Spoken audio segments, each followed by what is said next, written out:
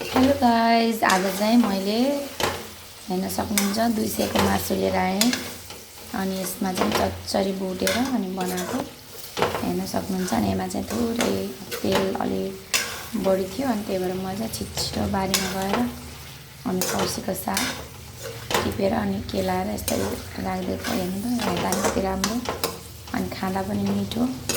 अनि यहाँ हेर्नु न पिस कत्रो कत्रो बनाएको छु मैले।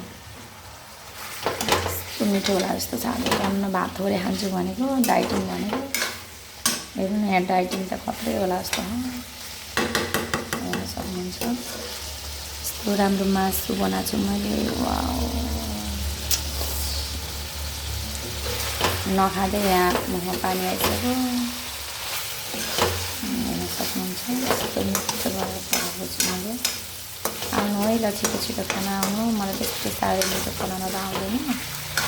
यो मेरो तरिका, कहिले आलु हालिदिन्छु, कहिले साग हालिदिन्छु, यस्तो गर्दै गर्दै पकाएर खान्छु। हेर्न सक्नुहुन्छ।